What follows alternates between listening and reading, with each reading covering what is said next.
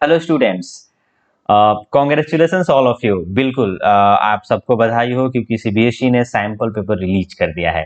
तो जो आपके अंदर एक डाउटनेस था कि किस तरीके का क्या होगा, कैसा पैटर्न आएगा, कैसे क्वेश्चंस पूछे जाएंगे, कितने नंबर ऑफ क्वेश्चंस होंगे, टाइम कितना अलॉट किया जाएगा, वो सारा जो सुगबुगाहट है, जो सारा बेचैनी है आपका दूर हो चुका है क्योंकि सीबीएसई ने सैंपल पेपर को रिलीज कर दिया है।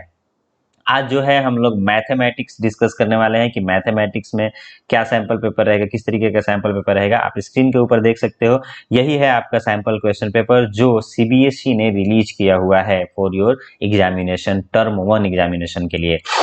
सबसे पहले अगर हम बात करें तो सारे क्वेश्चन एमसीक्यू बेस्ड रहेंगे, बिल्कुल आपको ये पता भी है। टाइम जो आपको दिया जाएगा वो 90 मिनट का टाइम आपको दिया जाएगा, ठीक है।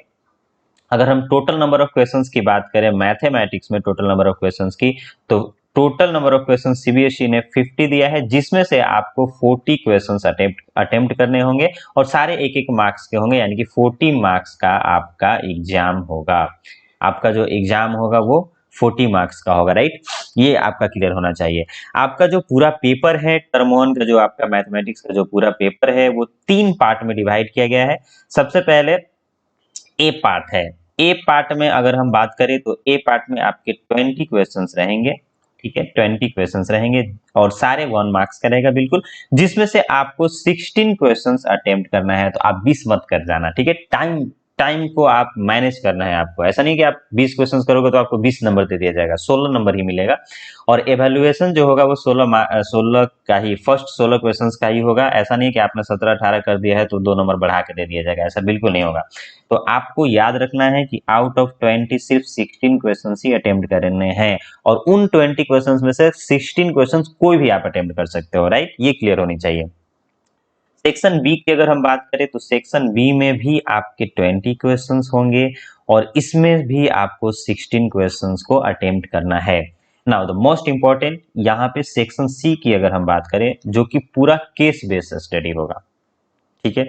जो आपका सेक्शन सी होने वाला है वो केस बेस्ड स्टडीज होने वाला है। आप पहले से थोड़ा बहुत ये जानते भी हो, पिछले बार भी ये था पैटर्न में, तो इस बार भी इसको कंटिन्यू किया गया है, बिल्कुल गलत भी नहीं है।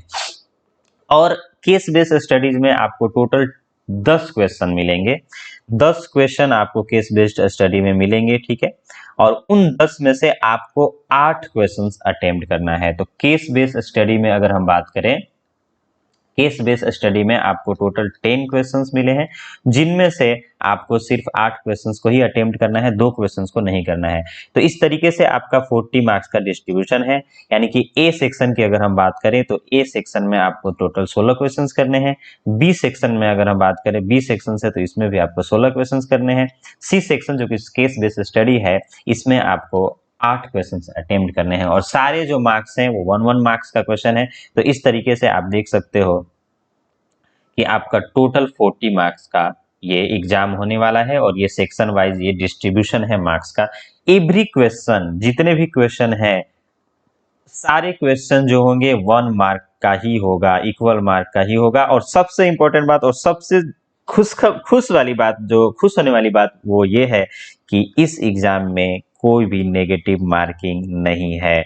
No negative marking in this examination. आपको डरने की जरूरत नहीं है। अगर आपसे कोई क्वेश्चन गलत भी हो जा रहा है तो आपको उसके लिए मार्क्स नहीं कटेगा। आपका कोई नेगेटिव, क्योंकि इस एग्जाम में कोई नेगेटिव मार्किंग नहीं है, नो नेगेटिव मार्किंग है। आप आराम से क्वेश्चंस को अटेम्प्ट कीजिए। तुक्का भी आप लगा सकते हैं, ठीक है, तुक्का भी चलेगा, पर आप तुक्का पे डिपेंडेंट मत रहिएगा। आपको तुक्का पे डिपेंड नहीं रहना है। आप अच्छे से क्वेश्चंस को सारे प्रैक्टिस करके जाइएगा।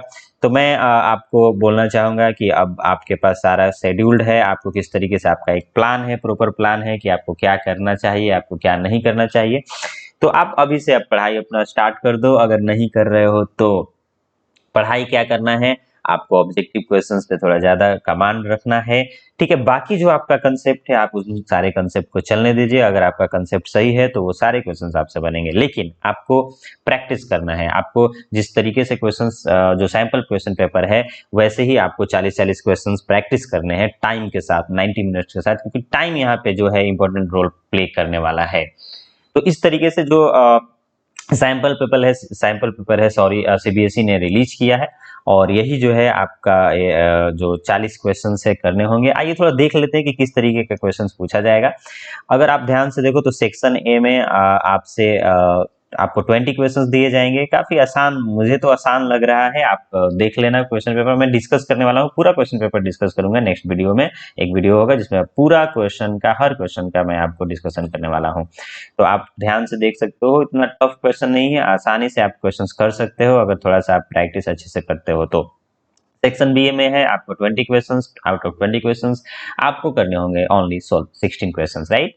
उसके बाद आपका सेक्शन सी में थोड़ा सा आपको ध्यान रखना है, ये केस बेस्ड स्टडी है। देखो ऐसा नहीं है कि केस बेस्ड स्टडी है तो क्वेश्चंस हो नहीं सकते हैं, क्वेश्चन या आउट ऑफ आपके सिलेबस होंगे। देखिए आपके पढ़े हुए कंसेप्ट पे ही क्वेश्चंस रहेंगे, थोड़ा सा बस रंग रूप अलग रहेगा, है ना।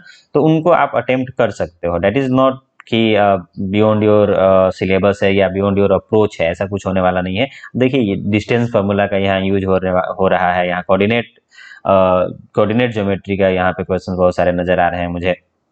तो बस एक पैसेज टाइप पे आपको दिया रहेगा, आप उस पैसेज को पढ़ करके आप कर सकते हो। ये ग्राफ का क्वेश्चन है तो आसान क्वेश्चन है, टफ क्वेश्चंस नहीं है, आप अच्छे से अटेम्प्ट कर सकते हो, ठीक है। केस बेस्ड स्टडी भी आप अच्छे से कर सकते हो। तो ये रहा आपका सैंपल पेपर टर्म 1 का। स्टैंडर्ड मैथमेटिक्स की बात करें तो स्टैंडर्ड मैथमेटिक्स में भी सेम सारा कुछ वही होने वाला है, 20 क्वेश्चन। ये भी है, मतलब स्टैंडर्ड में थोड़ा सा क्या रहेगा कि थोड़ा टफ क्वेश्चंस रहेगा, बाकी सब कुछ ठीक है, ठीक है। इसी तरीके से आप अटेम्प्ट करोगे।